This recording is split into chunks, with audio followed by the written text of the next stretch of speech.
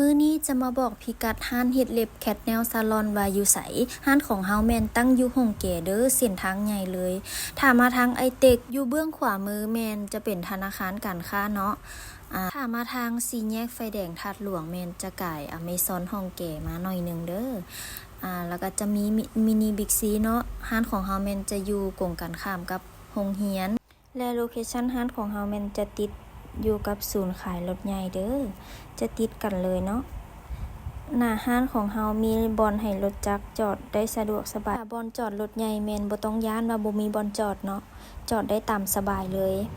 และลูกค้าที่เข้ามาเฮ็ดเล็บเลือกสีบ่ถูกเนาะว่าสิเอาโทนใดว่าสิเอาแบบใดที่เข้าเหมาะกับมือทางร้านเฮามีสีเล็บให้เลือกหลายกว่า300สี